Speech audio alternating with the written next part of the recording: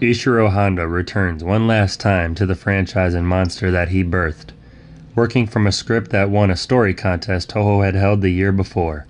The screenplay would be reworked to include Godzilla's newest and very popular nemesis, Mechagodzilla, and would also break form in being a direct sequel to the previous film, picking up only days after Godzilla vs. Mechagodzilla's end, in 1975's Terror of Mechagodzilla.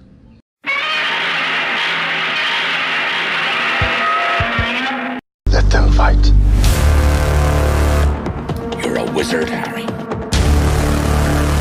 You're gonna need a bigger boat. I'll be back.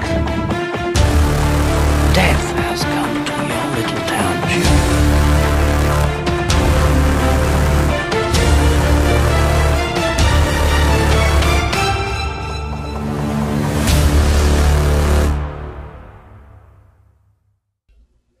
All right, we are back. Welcome to Thrills and Chills, everyone. I am Connor Donham, and I am here with Chris, and today we are doing the 1975 Terror of Mechagodzilla. Chris, what do you think of this film? Just a quick rundown. Yeah, overall thoughts of this movie, I really love it. This sort of Mechagodzilla double feature that ends the Showa era, I've always been a huge fan of. I watched Godzilla vs. Mechagodzilla relentlessly as a kid because I owned the tape. It wasn't until several years later that I finally was able to see and then own Terror of Mechagodzilla. So it was sort of this kind of like mythical other Mechagodzilla movie, you know, that I had seen pieces, like we had rented it once when I was a real little kid, and I thought that I had like fake memories of it, like not being a real Mechagodzilla movie or something, because I only knew the one that I had, and it wasn't until a little bit later that I realized there was two of them, and there was this whole other Mechagodzilla movie. So I like it for that kind of status, and as I've gotten older, you know, it's not as entertaining and fun as Godzilla versus Mechagodzilla, but it's kind of it's sort of a darker and more emotionally driven, kind of like character driven movie. So it's kind of a stronger film in terms of fundamentals, even if it's not quite on the level of production value or entertainment value of the first Mechagodzilla movie. Yeah, and I liked this one. I watched this one a lot as a kid as well. I had the VHS tape where it was Godzilla and Mechagodzilla like looking at each other, and I believe Godzilla was blowing his atomic breath back at Mechagodzilla. And this was just one of the tapes that when I was younger I wore out. It eventually ceased to be alive because I watched it so much. That's great. But this film, Terror of Mechagodzilla, again, is a 1975 Japanese kaiju film. This was directed by Ishiro Honda, which this was his final film as a director in the Godzilla franchise. I'm not sure all around as a director, but this was his last film in the franchise. This was written by Yukiko Takayama and produced by Tomoyuki Tanaka and Henry G. Saperstein, with special effects by Teruyoshi Nakano. It was distributed by Toho and produced under their effects subsidiary Toho Eizo. This is the 15th film in the Godzilla franchise and the final installment in the Showa era, serving as a direct sequel to the 1974 film Godzilla vs. Mechagodzilla. And this film stars Katsuhiko Sasaki, Tomoko Ai, Akihiko Harata, and Goro Matsumi, and features Toru Kawai, Kazunari Mori, and Tatsumi Nakamoto as the fictional monster characters Godzilla, Mechagodzilla, and Titanosaurus. The film was released theatrically in Japan on March 15th, 1975, and in the UK in June 1976 under the title Monsters from an Unknown Planet. And then it also received a limited release in the United States in 1978 by the Bob Kahn Enterprises under the title The Terror of Godzilla. And this film remains the least financially successful entry in the Godzilla franchise to this day, which honestly kind of sucks because this is way more fun than a lot of the other films, in my opinion, in this franchise. Yeah, it's a darn shame, and like maybe it's biased or whatever, but this really is one of my favorites of the Showa era. Like I think it's, for all of the sort of bumps and bruises on the production side of it, I think it's a really compelling human story, and I think it's a really good kind of dramatic showcase of Godzilla sort of being teamed up on by two different monsters, and he's having to fight them solo. Like I just think there's a lot of interesting things going on. The sort of romance at the center of it, and the woman who's a cyborg and helping the aliens. Like I just think there's a lot of interesting things going on with it that more than makes up for some of the kind of, oh, it's a little cheap, it's a little wonky, it's not really the craziest budget or highest production value or anything like that. But I just think there's a lot of dark, interesting character and thematic stuff that really makes this one work.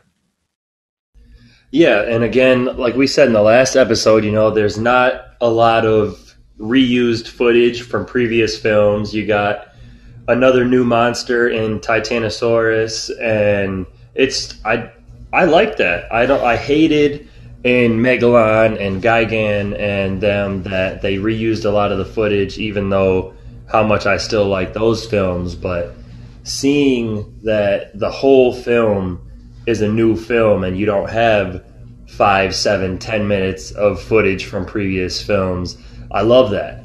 And doing my research, I found that this was one of the fan favorites, and to see that it was the least financially successful, knowing it's a fan favorite, it's hard to believe, but I'm guessing it gained its fandom later on in VHS and television and whatnot. Yeah, I too enjoy that it has a stronger legacy than it initially had, and I love that in all of the films like this is kind of like like we get some carryover elements of some movies. You can kind of talk about how maybe Raids Again in the original are a little bit of kind of like a double feature 2-part storyline that when you have Ghidorah show up in 2 consecutive movies, or Mothra show up in 2 consecutive movies, but this is like the first genuine example of like this feels like a 2-parter. Like the opening credits of this movie is a recap of the events of the previous movie. And it's kind of surprising that in 15 movies, like this is the first time like 2 movies kind of feel like they're a direct sequel, a direct follow up, a sort of 2-part kind of arc in the franchise. It feels like the first big example of that, and it's interesting because you kind of have the more fun and lighthearted, entertaining first half, and then you get the more serious and dramatic, emotional second half, which is kind of what you would want. Yeah, and I love that recap scene in the beginning. I grew up, again, we've talked about this, watching like the Friday the 13th and the Halloween films. Yes, and yeah. That's something big that the Friday the 13th films did, starting with the second one and the third one and the fourth one, all the way up to, I believe, like the 7th one. They recapped. They did a little couple-minute recap early on in those of the previous films, and I loved seeing that. I don't know why that's a big deal to me, but I loved seeing like a little recap of what happened in the previous films and how Jason in those films was beat up, who he killed, how the last film ended. And I like that they brought that into this. Yeah, I always enjoyed that recap thing as well. The sort of, for anyone that missed the last one or didn't have a strong memory of the last one, get like a quick little refresher. And it's a nice way with this film to sneak in some good, monster screen time, just to kind of, it's footage everyone's seen already from a previous movie, but it's a nice way to kind of get that monster energy up front and center right off the get-go before you move into the main plot and story of the movie with the build-up. Yeah, for sure. It's nice to see the monsters right away, and then you get a little minute break, and then you're right into seeing little pieces of Titanosaurus attacking the sub. And so, I mean, there's a lot of good monster action in this one as well as the last one. This one, it kind of picks up right where the last one left off. Yeah. And yeah, I love it. All right. Well, before we get too far, we'll get a trailer in here for Terror of Mechagodzilla, get a plot synopsis, and then I'll come back with some fun facts, some numbers, and then we'll discuss Terror of Mechagodzilla a little more. Absolutely.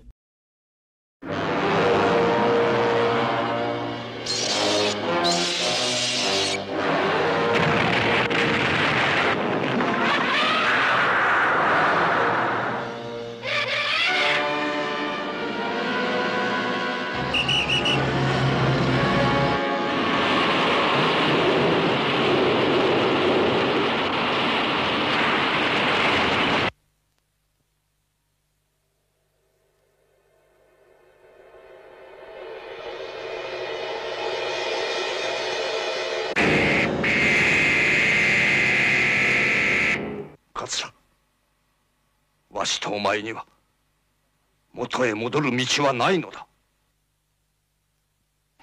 メカゴジラの作動装置を桂さんにつなぎます。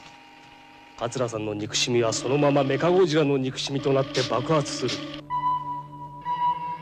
メカゴジラの最大の敵は何だ？ゴジラ。そうだ。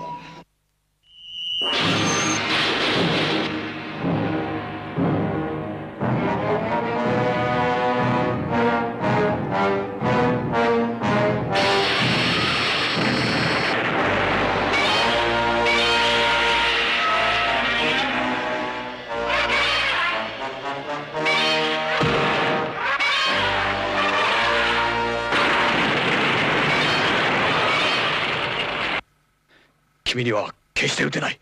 私はあなたの考えているような人間じゃない。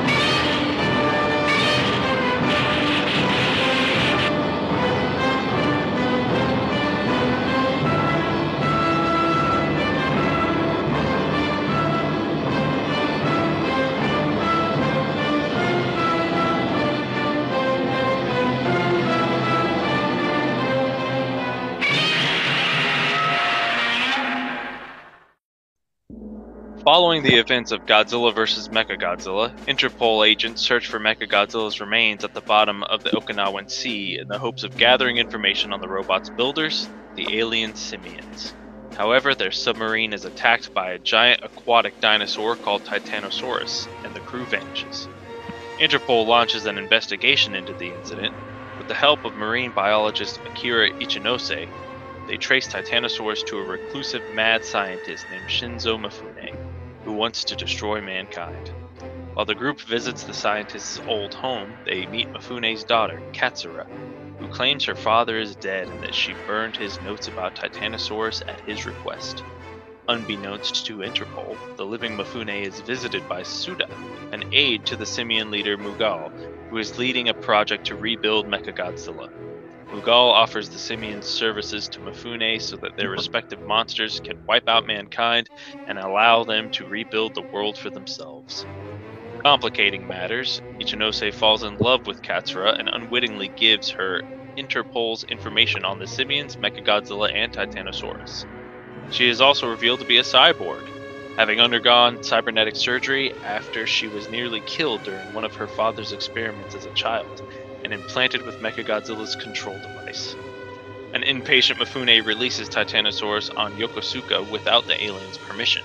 While Interpol discovers the dinosaur is vulnerable to supersonic waves, Katsura destroys their supersonic wave oscillator. However, Godzilla arrives and easily defeats Titanosaurus, causing the latter to retreat.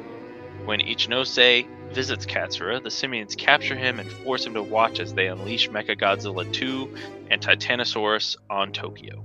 At the same time, Interpol repairs their wave oscillator and the Japanese armed forces struggle to fend off the monsters. Godzilla arrives, but is initially outmatched until Interpol distracts Titanosaurus with the repaired wave oscillator. allowing Godzilla to focus on Mechagodzilla 2. Interpol agents infiltrate the aliens' hideout, rescue Ichinose, and kill Mifune and many of the aliens. The remaining simians attempt to escape, but Godzilla shoots down their ships with his atomic breath. The wounded Katsura shoots herself to destroy Mechagodzilla 2's control device and dies in Ichinose's arms. With the robot non-functional, Godzilla tosses it into a chasm before blasting it with its atomic breath, causing Mechagodzilla to explode and get buried. With help from Interpol, Godzilla then defeats Titanosaurus, who returns to the sea. All right, we'll go into some fun facts for you.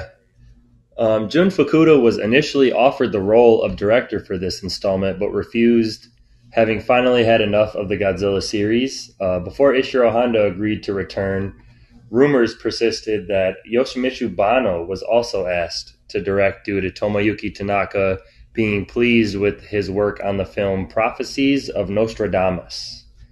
So I would have liked Jun Fukuda to come back, but you can't argue against Ishiro Honda. So Yeah, I mean, we ended up with Honda, which is fitting and a nice sort of full circle moment for the Showa era.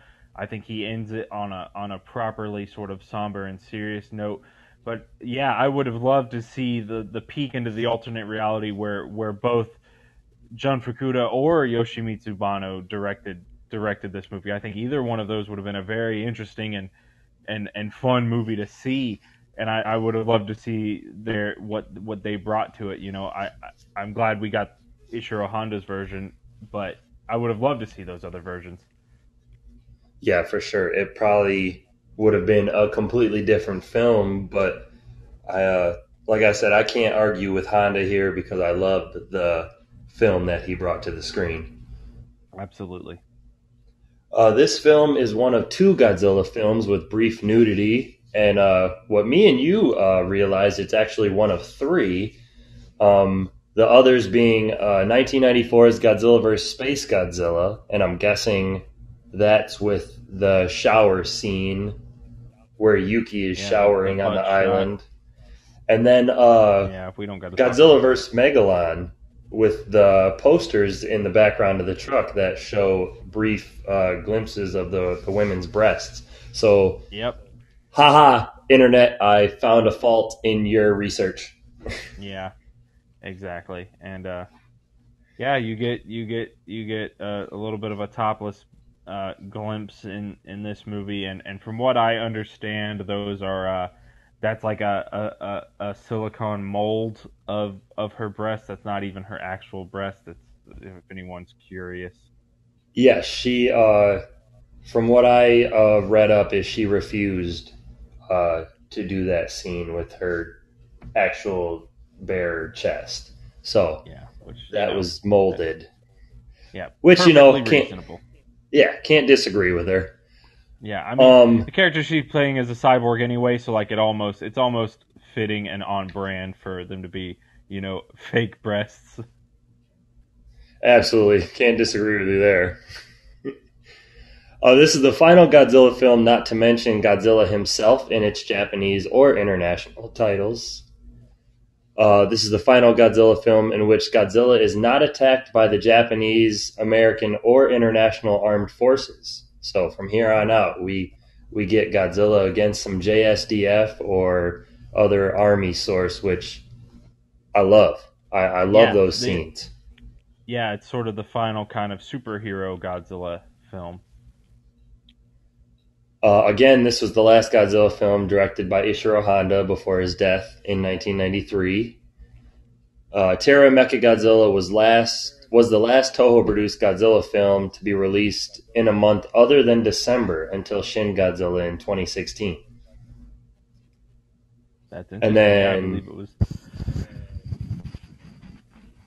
Yeah, this looking at all the dates like Space Godzilla, Destroya, Mothra, Mechagodzilla, all those of the Heisei, they're all like December 13th, 17th, 22nd, 7th. It's all insane that they were released all in December, a year or two apart. Yeah, all the fan clubs and message boards always go into insane Godzilla marathon mode every December because that's when so many of the movies are are celebrating their like exact to the day anniversaries. So there's Yep. always a lot of people rewatching a lot of the movies in December. And that's fine because my birthday's in December, so we can absolutely have a Godzilla month. Oh, very nice. Excellent. Excellent. I believe a Godzilla film was released on my birthday or the day before. I'll have to do a check on that and come back in a later episode and see which Nice. one that was. Nice. Nice. The last fun fact I have for you is the American theatrical release poster for this film features King Caesar from the '74 Godzilla vs. Mechagodzilla in place of Titanosaurus. Oh wow, that's interesting. I Yeah, guess so if, I guess even the advertisers missed King Caesar. yeah, because I sure did. I looked up the poster, and sure enough, he's on it, and there's no spot for Titanosaurus. Such a shame. We'll get into this, but such a shame. Yeah, I like Titanosaurus myself, but like you said, we'll get into it. Is there anything you want to talk about on this film before we get into like character numbers, our favorite score, like some Uh, fond memories or anything?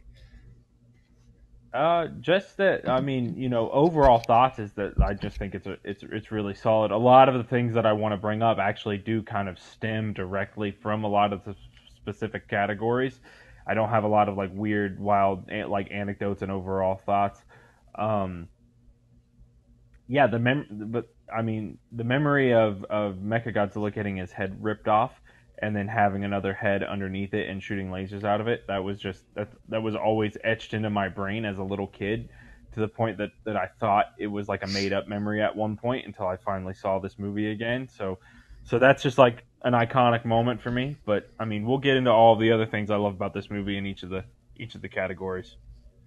Yeah, and that's one of the scenes I was going to bring up as well, just for fun's sake, where Godzilla rips his head off and then kind of looks at him like, "Wait a minute, what?"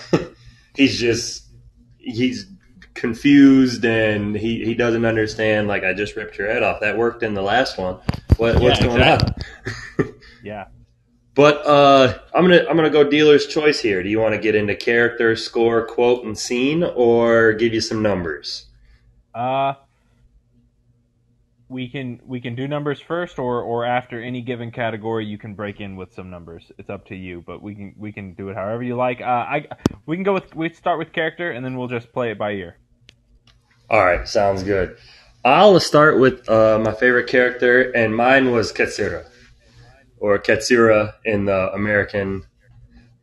She was, I mean, she was just a normal girl at first, and she just trying to live her life, and somebody who they just completely took advantage of, and I guess I don't really have a lot to say about her, but she was just like the sad portion of this film because she was somebody, like I said, who was just trying to live her life and completely got taken advantage of, and they turned her into, I guess you could say, like a little like robot type uh, person who was like controlling Mechagodzilla and Titanosaurus, and she was kind of like their dummy or their puppet.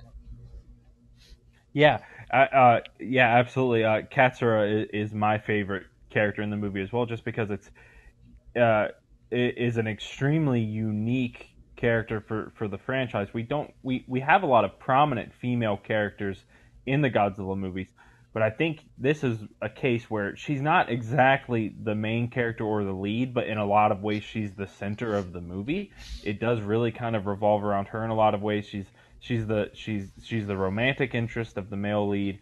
She is a cyborg. She's tied directly to the villain plot. She is sort of the link that kind of helps drive and operate Mechagodzilla. Like it's a very like key centerpiece role in the film, and I've always like her character's always fascinating. She's got this tragic sort of love story where she's a cyborg, but so she can't really be in love. There's some great lines and moments like that, and so yeah, it's like a dramatic, tragic storyline, and the way her character arc ends, with her sacrificing herself to help destroy Mechagodzilla. It mirrors, everyone mentions this, but it mirrors the way that Serizawa sacrificed himself at the end of the original Godzilla to defeat Godzilla. She does the same sort of thing at the end of this one to help defeat Mechagodzilla. So it's this great, full circle bookend moment.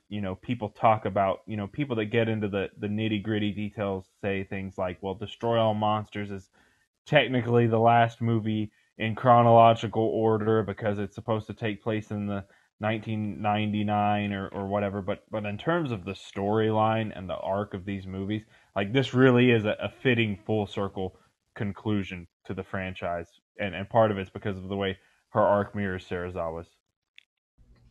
Yeah, and I'm glad you explained her a little better than I did, because I was trying to find the words and I couldn't, of how like tragic her story is, like you said, with the love interest and then being turned into a cyborg, and like just how tragic her story is for a movie it's a monster movie. You don't think to have these type of things in a monster kaiju film, where it's like it gets you kind of in your feelings a little bit. Well, it's like, damn, that's sad. Like, she can't even be with the one she loves, or because other people are controlling her and taking her life away from her. Yeah, and it's an interesting way of linking the human storyline, literally linking it with the giant monster action in a more direct way, and I think it works quite well. Well, I'll give you. I'm gonna skip score. I'll do quote, scene, and then I'll go back to score for this one. And I'll give you my favorite quote, which I actually had to look up because I couldn't remember the entire thing. And it was where the guy is talking to Katsura. I believe his name was Suda or Tsuda. And he's explaining to her, he says, "Your heart is as cold as ice. Who could care for someone like you? Forget humankind. Remember what has brought you and your father this far. What is it that drives you both?" And then she says, "Vengeance and hate." And he says, "That's right." Yeah, that's an excellent bit of dialogue. That's what I would have picked as well. And in the English dub, I think one of the variations of the lines is he has a line where he says, "Who'd love a cyborg?" Like it's just like, it's just a great line of dialogue. And like I said, her dramatic arc, it's the center of the movie, and that's the struggle she's facing. She's a person. She was a person. She's now a cyborg, so she can't really pursue any kind of traditional, full relationship with anyone else. So it's this tragic form of existence where it's like life without love, and they're kind of tormenting her with these facts to get her to kind of be aligned with them, and make her lose her humanity. And she kind of finds it over the course of the movie and helps save humanity in the end. So it kind of links back into the whole centerpiece of the movie. Yeah, absolutely. There's some good lines in this. And like I said, I like the characters in this film. But what was your favorite scene in this film? Again, we can always go with the monster fights, but I always got to ask, of course. Yeah. My favorite scene, I'll cheat a little bit. I'll give two, but one of them would definitely be Godzilla's entrance into the movie. You sort of see his silhouette slowly rise up in the background. You just get the atomic breath blast from off screen, and then it zooms in to Godzilla with the close-up reveal from the smoke, and then it plays a sort of abbreviated, faster version of the Godzilla theme that is like one of my favorite variations of the Godzilla theme. And so it's like this iconic entrance moment for Godzilla himself, and so I've always loved it. And then if I had to pick kind of a runner-up on the flip side of things, Katsura's sacrifice to help save everyone at the end is, it always hits pretty hard. Yeah, that main entrance, that first entrance of Godzilla is just that's classic Godzilla. I like this entrance of him better than the 74 entrance in the Godzilla vs. Mechagodzilla film. I like how Agreed. It's almost like a lightning flash behind him or whatever, and you see him, the zoom in. that main theme kicks in, and it just goes hard, and you kind of get him like punching his fists together and like, all right, let's go. Like, you're not ready for this. I'm gonna kick the shit out of you. It's the full hero's entrance, and I love it. But my favorite scene, I like a certain part of the fight scene where I don't know if it's Mechagodzilla's getting ready to shoot his finger missiles, and the jets come in and they just start firing upon Titanosaurus and Mechagodzilla. And Godzilla comes in and like shoulder checks Titanosaurus into like a little partial hole in the ground and just sends him flying, and Titanosaurus rolls over, almost does like a headstand and goes over, and Godzilla goes up to Mechagodzilla and like smacks him on his chest, and next thing you know, Titanosaurus is kicking Godzilla in the head, and it's just I love that. He grabs him and punches him and like grabs him by his mouth with Titanosaurus's mouth, like he bites him and like starts like punching him up and sending him way into the air, and it's just an awesome like choreographed fight scene. It's like a little kid fun that you would love to see. Mechagodzilla shoots his finger missiles into Godzilla's mouth. I love that part of the fight scene. Yeah. It's peak Godzilla action. Titanosaurus grabbing Godzilla, biting onto Godzilla's like upper jaw and punching him up and slamming him down, I love the bit where Mechagodzilla fires a missile sort of into Godzilla's kind of sternum, and it seems like it like penetrates into him, and then the smoke's coming out of Godzilla's mouth. You know, like it's a great effects moment. Like, yeah, the monster fights, you know, they pull them off well in this one for sure. Yeah, I'll give a shout out too where they bury Godzilla, and he breaks out of the dirt and like instantly fires his atomic breath or heat ray into Mechagodzilla's chest, and Mechagodzilla just falls, and Godzilla climbs out of the dirt and like brushes himself off, and that's another like great little scene. Yeah, it's a great 2-on-1 battle, which we don't really, you know, that's sort of in some ways it's Godzilla's toughest challenge in some regards. Usually he either has a team up buddy or he's teaming up with other monsters on one big threat like King Ghidorah, but to get whooped on by two different monsters at the same time, you know, Godzilla has to overcome it a lot in this one. Yeah, and I don't think Titanosaurus is a slouch by any means. I think one-on-one, you know, he could give Godzilla a run for his money. Clearly Godzilla would win because he's Godzilla and he's the king of the monsters for a reason. But I think these two combined, you know, I like seeing this film. I like the 2-on-1 that Godzilla has to prevail against two, instead of, you know, him having a buddy helping him beat up a rival monster 2-on-1. I like seeing Godzilla have the struggle here and have to overcome. Absolutely. But I'll go into my favorite score, which goes off of what we talked about earlier, and that is Godzilla's entrance, or in the actual soundtrack, I believe it's called The Appearance of Godzilla. And you know exactly what one I'm talking about. That sounds like this.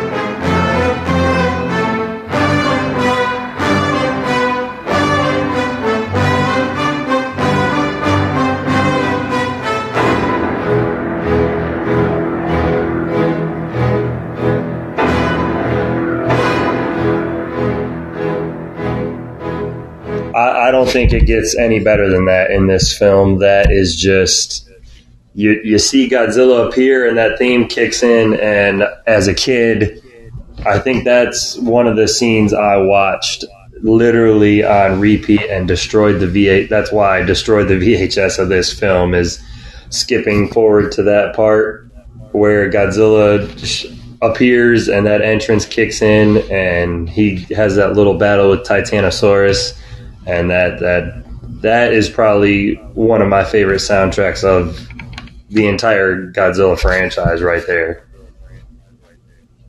Yeah, it's an excellent piece, and they reused it later in Shin Godzilla, which I was just like over the moon when they reused it in Shin Godzilla, because it's, like I said, it's one of the best and unique variations of the main theme, so you can't go wrong picking it. While we're on the music, Akira Ifukube was back to score this movie after kind of not composing for the Godzilla movies for a little while. So I was very happy that he's back, and he's back in full force, giving great versions of the Godzilla theme. I want to give a shout out to his Mechagodzilla theme in this movie, because even though the Mechagodzilla theme in the last one was an absolute banger, he also delivers like a really, really good, more traditional Mechagodzilla theme in this movie, and it's like we get two very different Mechagodzilla themes, and they both, when you hear either of them, you instantly think of Mechagodzilla both times, and that says a lot about how good both of the themes are.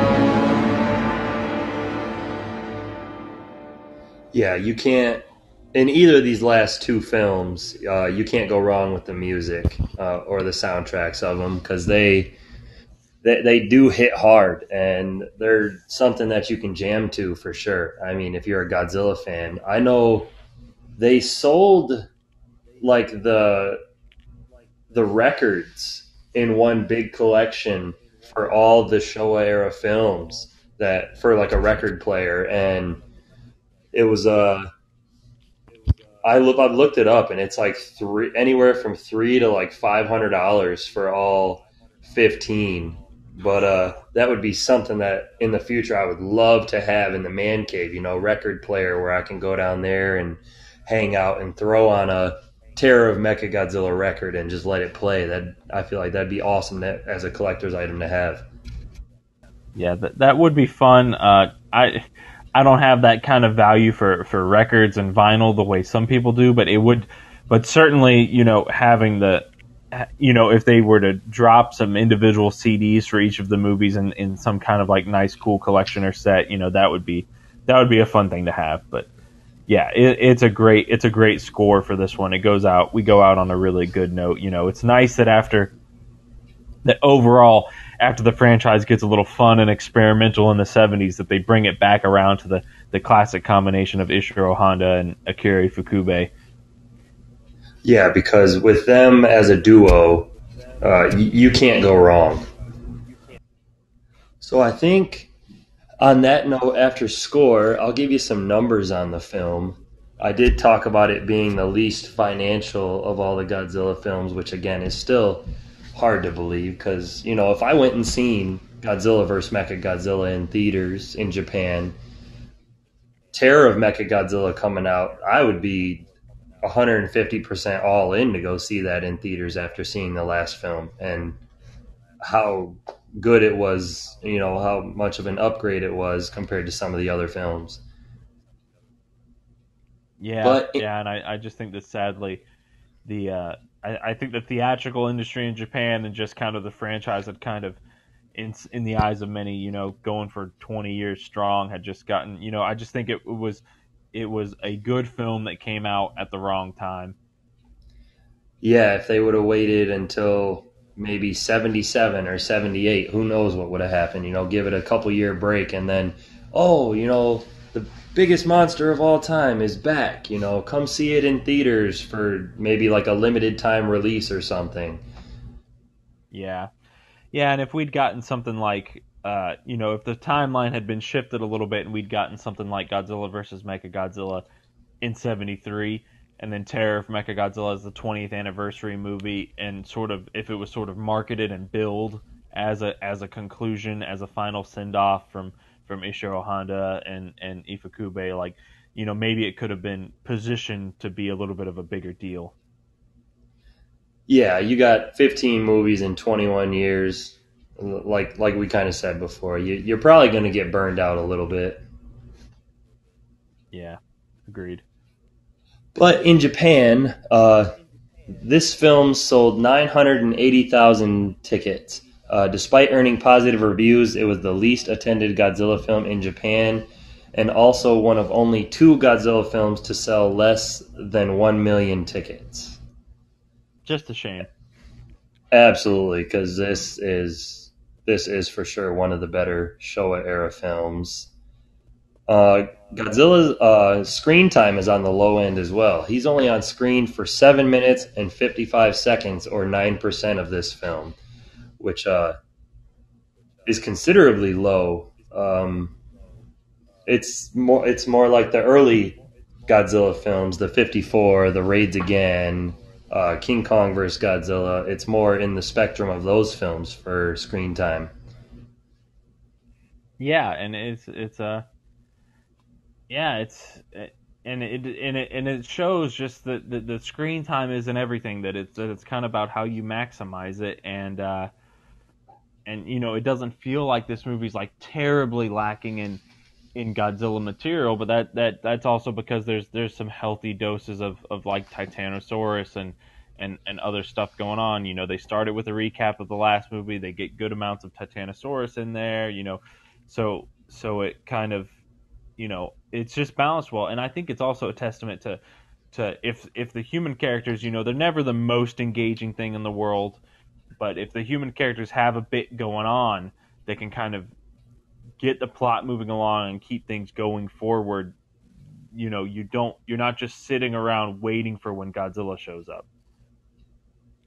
Yeah, and I mean, in this one, we're definitely waiting a little bit. His first appearance on screen isn't until 48 minutes and 10 seconds into the film, or 58% of the way into the film, which is that first appearance with Titanosaurus. And I mean, this is only an 84-minute film, 83 and a half, with the ending credits, or the end. And waiting 48 minutes to see the monster that you come to see, I mean, that might be the reason this film kind of was hurt in the box office a little bit. Or maybe, like we said before, people were just burned out on Godzilla and needed a break. Yeah, and it could have been an all of the above kind of a situation. Well, this film has a 6.1 out of 10 rating on IMDb, 43% rating on Rotten Tomatoes.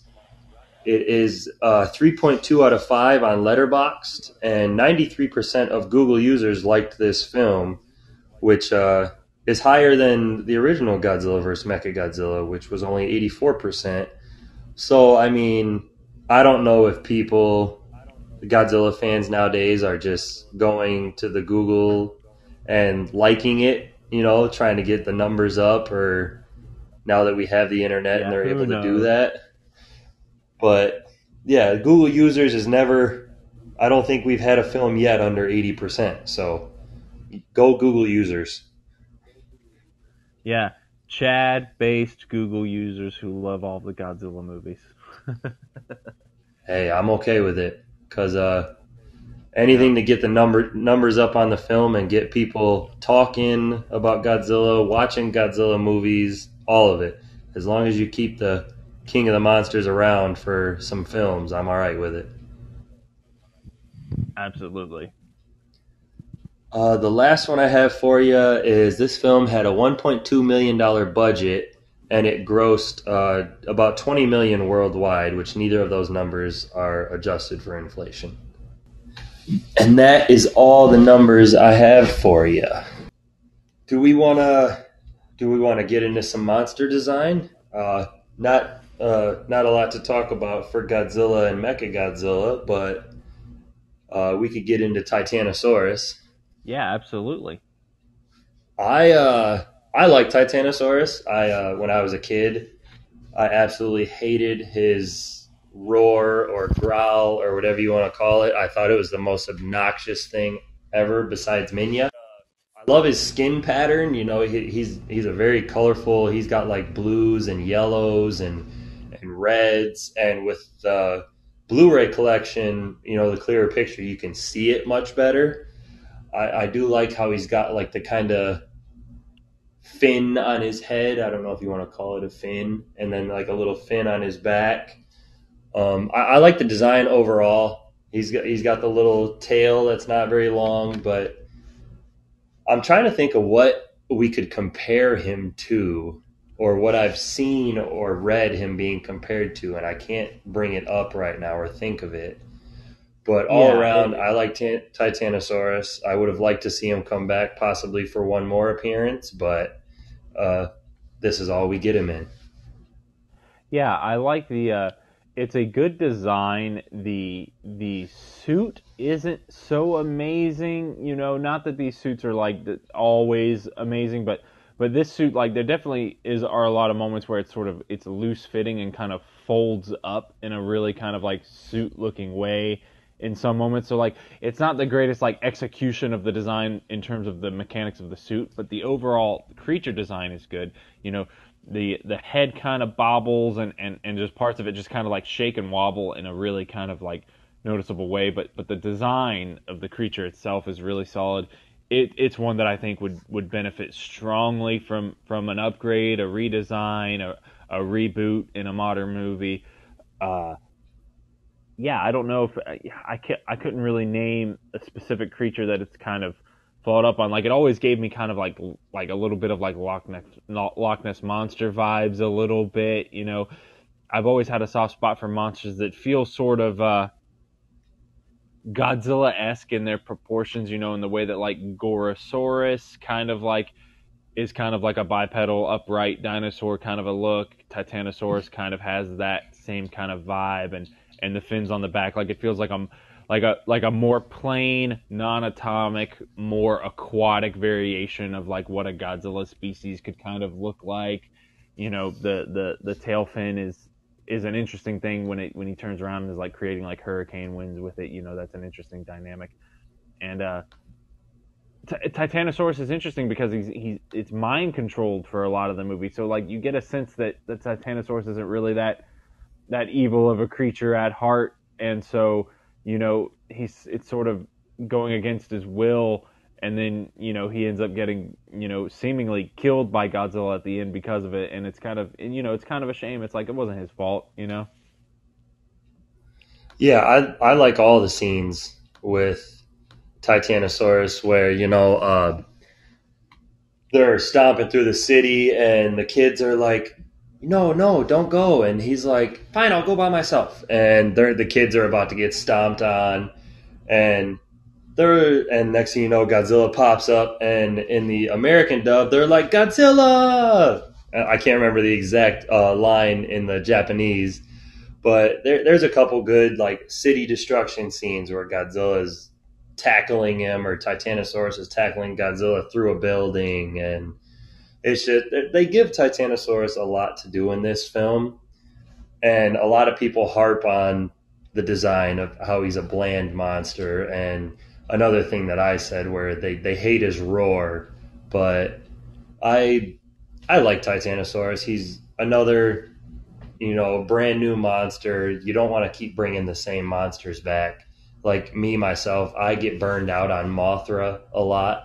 So it's nice to see new monsters throughout the films. And I always have a soft spot for any monsters that are only basically in one movie, you know, because then it's like that movie becomes special because that was the only time you got to see that monster. I love some of the speaking of just monster stuff while we're here, not just designs, but I love some of the shots they filmed the monsters with. I guess they were sort of limited and in their soundstage space and things like that, so they would go outside and film the monsters against the sky, like from lower angles, so you get these interesting dynamic shots that are sort of like underneath the monsters looking up at them with the open air sky behind them. and like it just creates really dynamic kind of shots to shoot the monsters from. Yeah, there's a lot of good shots. If you pay attention to these films, you can see certain shots or scenes in the film where you can tell the director gave a lot of care to and stuff, even for being like a low budget film. And I think that's another reason like these films have become more appreciated in today's like day and age, is because they're very low budget, but you can tell that the filmmakers cared what they were making. Yeah, and Mechagodzilla's design didn't really change, but it seems like there's something they do in this movie, and it seemed like a lot of the ways they filmed Mechagodzilla in this movie is that his head is sort of tilted down and forward a little bit, so it gives him this like evil kind of grin and smirking kind of a look. So just like with the body language and how they film him, it just makes Mechagodzilla seem like even more evil and nefarious in the movie. And he often does this thing before he fires his like laser attack or his mouth attack, that he kind of does this thing where he brings his hand up in this kind of like diagonal pose across his chest before he fires.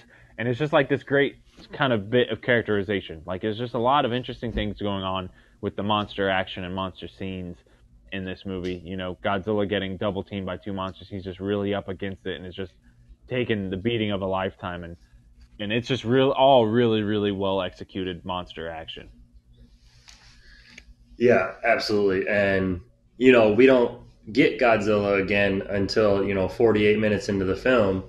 But after that little fight scene between him and Titanosaurus, if you wait another 5 minutes, Titanosaurus and Mechagodzilla go out on a rampage against the city.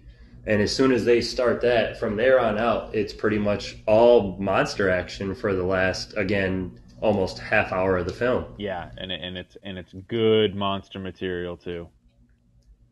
Yeah, it's not cheap reused film or footage again. It's all brand new. I like how Titanosaurus kind of just goes crazy while Mechagodzilla is just kind of standing there in the background doing nothing. He's letting Titanosaurus almost like have his fun and destroy whatever he wants. And then once Godzilla shows up, then Mechagodzilla kind of is like, all right, now it's go time. Yeah, Titanosaurus is definitely sort of treated as like the lackey. A good tag team match would have been Mechagodzilla and Titanosaurus against Godzilla and Anguirus. Yeah, absolutely. I don't know how much Anguirus would have stood his ground, but it would have been fun to see him biting at Titanosaurus's tail or something, dragging him through the dirt. Yeah. But that's all I got for monster design. I know Godzilla is basically the same as the last film. Again, Mechagodzilla was basically the same as the last film. I am glad that you brought up how he brings his hand up to his chest when he's ready to fire like his laser or his like eye beams. I did like catch on to that, and I did like that little bit of like characterization or like something different with the monster himself. So do we could almost go into tier rating if you're ready for that. See where this one falls as well. Yeah, we can go ahead and do it, and I'll fire off mine first if you'd like, and we can just take it from there. Absolutely, go ahead. All right, so and here why don't we do the tier rankings, and then we'll do the 10 we're keeping. And what I'd like to do for the 10 we keep is maybe start with the first one, and just as you progress through, say which one you're skipping and which one you're keeping, like from the first movie through Terror of Mechagodzilla, to kind of indicate which ones you're skipping and which ones you're keeping. Okay. All right. So for ranking in progress, we'll do rankings, and we'll each do our keep 10. So bottom one in spot 15 is All Monsters Attack. 14 is Godzilla vs. Megalon. 13 is Ebra, Horror of the Deep.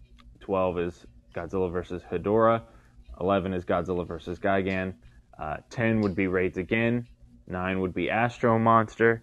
8 would be Son of Godzilla. 7 would be Ghidorah. 6 would be Destroy All Monsters. 5 would be Godzilla vs. Mechagodzilla. 4 would be Terror of Mechagodzilla. 3 is King Kong vs. Godzilla. 2 is Mothra vs. Godzilla. And 1 is the original Godzilla. All right. So for my 15, 15, All Monsters Attack, same as you. That's not a hot take at all. 14, Godzilla Raids Again. 13, Ghidorah the Three-Headed Monster. 12, Ebero Horror of the Deep. 11, Destroy All Monsters. 10, Son of Godzilla. 9, Godzilla vs. Ghidorah. 8, Godzilla vs. Megalon. 7, Godzilla vs. Mechagodzilla. I did switch those. 6, Terror of Mechagodzilla. 5, Godzilla vs. Gigan. 4, the original 54 Godzilla. 3, King Kong vs. Godzilla. 2, Invasion of Astro Monster. And 1, Mothra vs. Godzilla. Nice. Very nice. Very nice. Not a bad list at all. Not a bad list at all. Nope. No, I did rethink that keeping Megalon above Mechagodzilla, and there's just I switched that because there's just way more going on in Mechagodzilla, more to keep your attention, more to draw you in. I had to move that one up. Yeah, and it's always a fine line. You know, if this was going to be a like on which movie is necessarily like the most fun to watch or maybe the most entertaining, just raw entertainment value, you know, these rankings would be a little bit different. You know, I'm trying to do what is my best sort of version of like an overall thoughts on the movies, like overall kind of like quality of them and how they kind of like a weighted average if you can, you know, in terms of like the story, the characters, the monster action, the entertainment value, the sort of, you know, like trying to factor it all in, you know, as best you can instead of just, you know, because if it was just entertainment value, the 70 movies might clean up, because even though they're sort of like bad entertaining sometimes or cheesy entertaining, like that's still super entertaining and better than some of the other movies. So there's a lot of different criteria. I try to weight the average as best I can. Yeah, I 100% agree that you kind of have to, but I'm doing my rankings on like pure nostalgia and entertainment value. What do these films do for me? You know, like how much do I enjoy them? Exactly. If I was going off like history and stuff like that, the 54 would be number one, no doubt. Yeah, and I'll admit that I'm sure a little bit. I try not to use total nostalgia. Everyone's got to come at it with their own preferences, but and I'll admit that sort of considering the historical value, that probably does have a little bit of a bearing on how I think of movies. It's just really, really hard, even though I'll give people crap for like, oh, the original's always got to be number one. It is really, really hard to put another movie above it. It's hard to do no matter what your preferences are, just because there's so many kind of like iconic and important things about that first one. So I'll admit I'm not immune to that, but you know, as far as the rankings of all the other films, I try to just go off of what a combination of what you like, what feels like it's the best. You know, there's no right answer. Yeah, I also like factored in how much I enjoyed it on this most recent rewatch that we're doing throughout the week. Yeah, there's recency bias for sure, you know. So that doesn't help any. Yeah.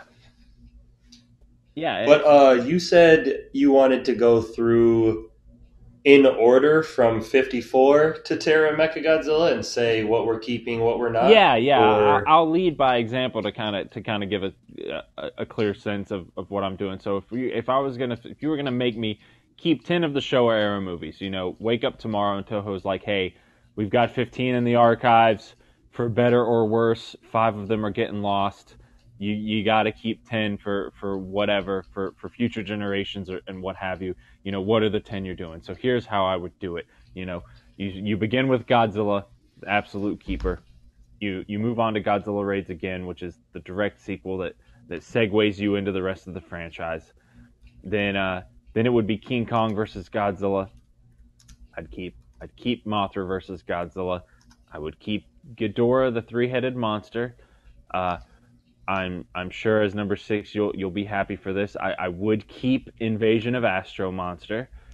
Hey. Yeah. It was on the fence, but I would keep it. Then the next one I would have would be number 7 would be Son of Godzilla. Number 8 in the franchise would be Destroy All Monsters. And then number 9 would be Godzilla versus Mechagodzilla, and number 10 would be Terror of Mechagodzilla. So there's some losses in there for sure of some really, really entertaining and fun movies. But if I'm forced to keep 10, I got to keep those 10. You start with the black and white movies, you move on to King Kong versus Godzilla, Mothra versus Godzilla. Then you get the Ghidorah double feature of Ghidorah and Astro Monster. You introduce Minya, and you do Destroy All Monsters, where you finally kill Ghidorah, and then you bring it all home with the Mechagodzilla double feature. All right. Well, I have 4 that I'm okay getting rid of, and I am struggling. I have been struggling this whole time before this episode to pick a 5th to get rid of. Okay, then. Well, let's go. Let's hear it. Maybe we can come to some conclusions here. All right. So the original 54, clearly that is a keep. Without that, we have no Godzilla franchise. And then Godzilla Raids Again. I'm on the fence with it, but you made a perfect argument of how the original, and then King Kong vs. Godzilla make like a perfect little trilogy. Yeah. So I think Godzilla Raids Again is also going to be a keep. Woohoo! So, yep, that one, you did Astro Monster for me, so I think I'm doing Raids Again for you. There we go. King Kong vs. Godzilla, absolute keep. Mothra vs. Godzilla, it's my favorite in the Showa era. That's an absolute keep. Ghidorah, the three-headed monster, that will be the first one that has to go. Oof. I apologize for that one. Invasion of Astro Monster, absolute keep. Ebra, Horror of the Deep, that one is the second one to go in the franchise. Son of Godzilla, that's sadly the third one to go because I do enjoy that film. Destroy All Monsters, we're going to keep it. I was going to try to keep you on the fence there with that one. Okay. All right. Cool. All Monsters Attack, that one is going to get rid of. Yep. What's that? That's going to be my third one. Yep. Godzilla vs. Hedra. Or no. Is that? Give me a sec here. 1, 2, 3. All Monsters Attack would be my fourth get rid of. Sorry. Hedra, with what I know is coming up, that is probably going to have to be the fifth film I get rid of, as much as I like Hedra as a monster. Okay. And then Gigan, Megalon, Mechagodzilla, and Terror of Mechagodzilla will round out my 10. I will keep all 4 of those. All right. So say your 10, 1 through 10, only the ones you're keeping. All right, so I will keep the 1954 original, Godzilla Raids Again, King Kong vs. Godzilla, Mothra vs. Godzilla, Invasion of Astro Monster, Destroy All Monsters, Godzilla vs. Gigan, Godzilla vs. Megalon, Godzilla vs. Mechagodzilla, and Terror of Mechagodzilla. Nice. Would be my 10 to keep. Nice, not a bad set to keep. The big one I was on the fence of, I have to say, is I think I was most on the fence with, if I had gotten rid of Invasion of Astro Monster, I probably would have kept Godzilla versus Gigan, or maybe Godzilla versus Hedorah, but probably Godzilla versus Gigan if I got rid of Astro Monster. Okay, well, I won't argue with you there because Astro Monster I definitely appreciate and like more than Gigan, so I'll take you keeping that one over Gigan. Yeah, I just really that's one of those where it's like head versus heart. It's like Astro Monster is like it's the better film, but like man, oh man, do I love that tag team matchup between Gigan and Godzilla and Ghidorah and Geras. Like it's a great finale. There's just a lot of fun I have with Gigan over Astro Monster, but if I'm kind of like, Astro Monster is like the Godzilla alien invasion movie that kind of lays the groundwork for all of the ones that follow, and it's just, the human plot is a lot more interesting than anything going on in Godzilla versus Gigan. So, you got to find your tiebreakers where you find them. Yeah, and that's another thing, like we said about the monsters. There's probably 10, maybe 12 minutes total of monsters in Astro Monster, and there's 25, 30 in Godzilla vs. Gigan. So, you got to pick and choose your battles. And honestly, I agree with you that Astro Monster is the better film. Yeah. Yep. So there's our first 15. The Showa era is complete for Chills and Thrills, the podcast with Chris and I. So, how are you feeling? Yeah. How are you feeling about it? I'm feeling great. It's interesting and fulfilling to come to the end of the Showa era. I'm sure we'll have the full. We can do the full episode dedicated to just a deep dive on the rankings and maybe a deep dive on the 10 we're keeping. Like maybe we can have the full episode dedicated to that if you want. It would be an interesting discussion to have. Maybe some of our opinions will still change and sway a little bit. But yeah, it's great to get to the end of the Showa era. It's going to be exciting to move into the Heisei era of films. Absolutely, because from what I've seen in research, the Heisei era is most people's favorite. Yeah, I'll admit that I absolutely, now with, when there was only, when there hadn't been a MonsterVerse and there hadn't been any modern revivals and Final Wars was the last movie, Heisei era was the easy win for me. I do really love a lot of the modern movies. I do really love the MonsterVerse. I'll admit I have the recency bias. I have the American blockbuster bias. I'll admit that. But the Heisei movies are definitely they checked a lot of the boxes for me growing up in terms of what I wanted out of Godzilla movies. So I like them a lot, and I'm excited to talk about them. Yeah, if you're looking for consistency, this is the era for you in the Godzilla franchise. Yeah, up to this point. Yeah, they get a little more consistent. They get a little more thinking a little more about continuity. A little more. They handle things. Nothing's terribly realistic in these movies, but they kind of attempt to handle things in a little bit of a hyper reality kind of a way that's a bit more viable, a bit more believable. They kind of make some efforts to link the movies together with some stronger ties, which is always nice.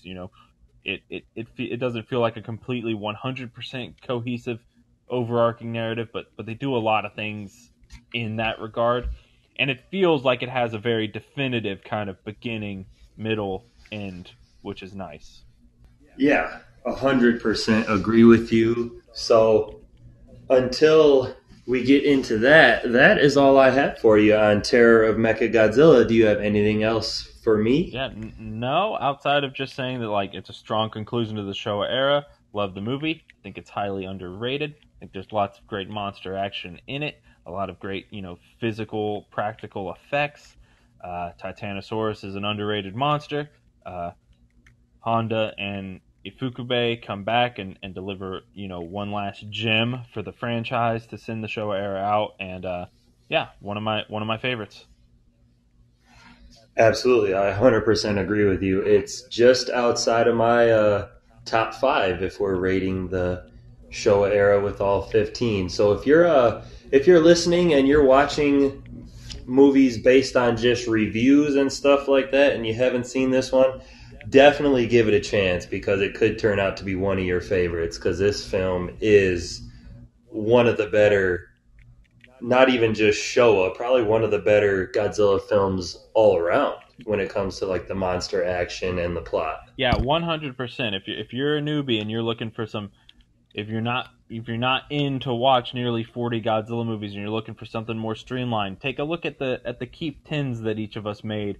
You know, maybe look at a way that, you know, figure out what you might want to skip and try and watch some of those essential movies, because the Mechagodzilla double feature is definitely a good representation of the kind of fun that you can have with the Godzilla movies. Absolutely. Well, if that's all we got for Terror of Mechagodzilla, Chris, I will thank you again as we finish up the Showa era here today. Yeah, absolutely. Always happy to be here. Really looking forward to going into the other eras. Absolutely. And we will start the Heisei era next week with The Return of Godzilla, which was released on December 15th, 1984. So until then, Chris, thank you again. Thanks anyone who's listening, and until next time.